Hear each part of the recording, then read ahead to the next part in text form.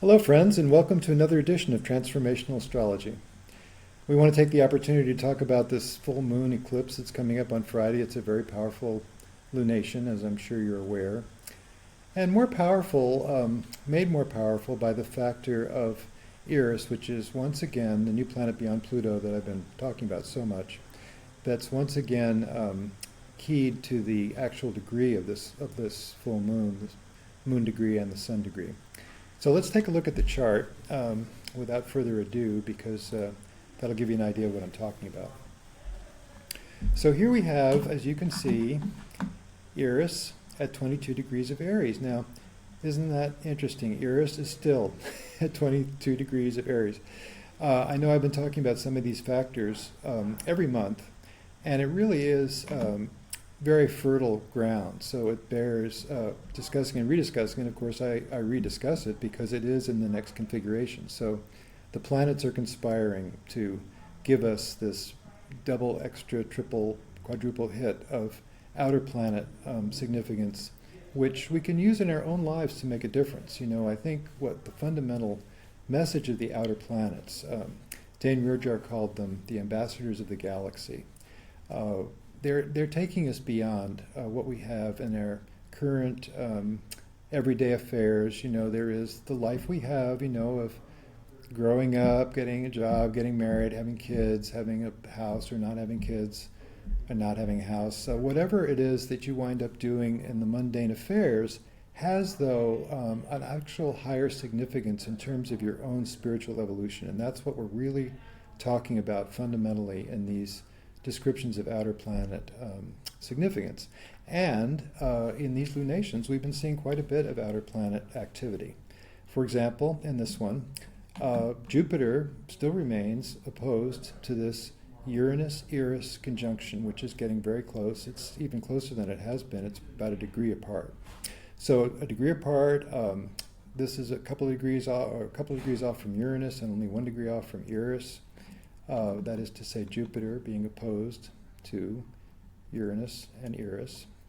The whole thing makes a T-square to Pluto at 18 degrees. I mean, it's not exactly the same closeness of degrees, but it's still there.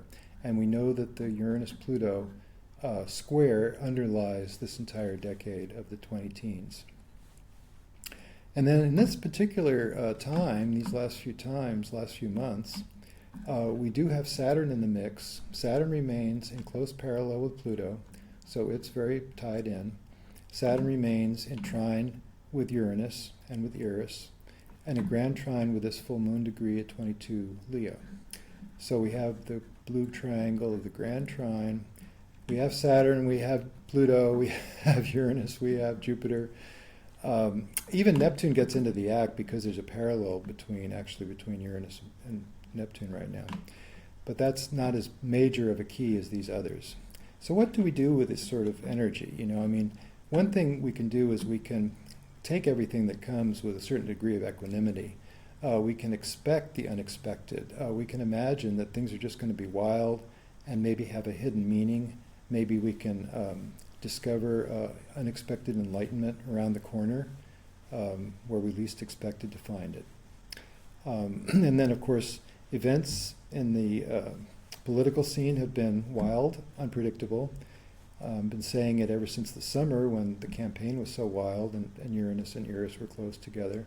I've been saying a lot of Uranus, a lot of unexpected events, and then I've been saying it for this year as well. And of course, there have been, including this most recent challenge by legal, the judicial system on the one hand, opposing the executive system, the executive branch kind of launching out in its own description of what the rules should be for immigration. So we've had that scene to watch with bated breath.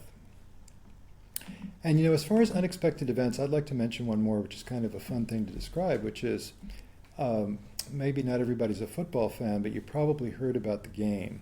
So the big game was Sunday. It was, 25 points. Chart's not showing. And, somehow the chart's not. We're not seeing any chart, just me, huh? Mm-hmm. Sorry. Okay, all this time I thought you were seeing the chart, but I think I screwed up. Okay. So yes, I forgot to do this. So now you can see the chart. Okay, so all this time I've been moving the mouse around, waving the mouse, and Leslie was trying to get my attention to let me know, guess what, the chart's not there. So all the things I've been saying about these oppositions I've been trying to point out in the actual graphic. So here is Jupiter opposed to Uranus and Eris, directly opposed. Uranus coming to 21 degrees, very close to the 22-degree Eris mark. The eclipse itself being at 22 degrees, the grand trine between the full moon eclipse degree and the grand trine includes Saturn, and it includes Uranus and Eris. Also Saturn, which I'm indicating now, is parallel to Pluto. So all of these things are very strong factors. In the Saturn-Uranus, we see the polarity of our times, the conservative element of, gee, we better not go too fast. We better hold on. We better not take that wild leap as much as we might be tempted to.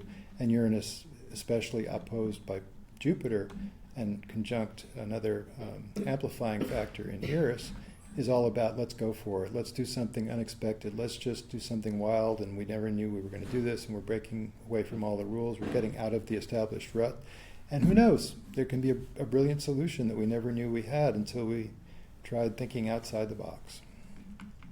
Well, that brings me back to current events, and I was mentioning the Super Bowl, and I think it's very interesting to think about what a wild and crazy ride that was, unprecedented. I think sports historians would say that amongst the history of all Super Bowl events, it was probably the wildest and most unexpected, the greatest deficit of points, 25 points down, that was ever come back from, all in the last minute, and they finally tied it up, and then they went to overtime. It's never been an overtime before in the Super Bowl.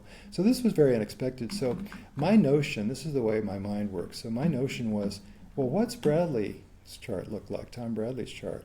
The quarterback, because he's fundamentally involved in this whole thing. He's the person that represents really the team effort, And so I took a look at his chart. We do happen to have a good birth data for Tom Brady. And so here he is. He's 17 degrees of Libra on the ascendant. Now that is interesting because of Jupiter being right there at 23, so very close to his ascendant, 5 degrees off, you see. And then the opposition, which is Uranus and Eris, right on his descendant. So this Jupiter-Uranus opposition with Eris aiding and abetting right across his ascendant-descendant, telling us that it's going to be significant in his chart. So looking at this, we could have looked at this transit ahead of time, which I didn't, and we could say, wow, this is going to be kind of a wild and crazy game where he is going to find a new sense of himself, Eris, in depth. He's going to find out what he's really made of in depth and what he can come up with, what he most deeply believes and he can make happen by his willpower. So that's, because it's right across the ascendant-descendant of the chart. So that's an interesting factor. There's all kinds of other transits, by the way. It does turn out that transiting Jupiter 25 of Sag is exactly opposite his Jupiter at 26 of Gemini. It does turn out that Mars is on his moon by the exact same degree. So he's got a lot going on. Moon is relationship to the public, so that was very much activated by this athletic event that we saw unfolding on Sunday. So, away from sports, back to the actual astrology, back to the actual chart. So what can you do yourself personally with these energies? What we know is we know that the outer planets are all stimulated. We know that Uranus-Pluto is in this mix, which means massive structural transformation of your life. It's hard to reconcile. It's hard to understand. There may be something that has to give that's just an old dysfunctional behavior that's no longer valid or working, but you're kind of caught in it. And can you transcend it? Can you make that Uranian leap beyond it? There may be places where you want to take the leap and you see, enlightened-wise, you see how you could maybe take that leap, but then you're pulled back by a conservative feeling of I couldn't possibly, that's beyond what I can accomplish. We have to keep staying the course, that there's responsibilities, I just have to stay where I'm at. So these kind of polarities are up for us in the body politic, but also in our own personal individual lives, as I keep saying every week, or every 2 weeks. So, this is very interesting to meditate upon, and this full moon on Friday is a very good time to take a little magical pause. It is an eclipse. It is a very potent full moon, therefore a full moon whose effects last a long time, so that we might say that this is kind of in a way coloring our next 6 months of activity. It may well be that this year is a big year for us in a certain way, and that we're beginning to tumble to it, and it could be a good time to really think about that, to think about what you're up to think about what your deep intention consists, what it really consists. And to go for it, to figure out what really counts, what is my bottom line, what do I need to do that only I can do to make my life the most meaningful and exciting life that I can make it, because connected to deep purpose. So that's the message of Eris, message of all these outer planets enjoining us to take a more cosmic viewpoint, to move beyond the ordinary give and take to what is really going on in terms of personal evolution, soul basis of evolution. So that's what I got for you this week, and we're going to do question and answers next week, next time, as it turns out, a couple of weeks from now. So keep the faith, and we'll see you in a couple of weeks. Bye-bye now.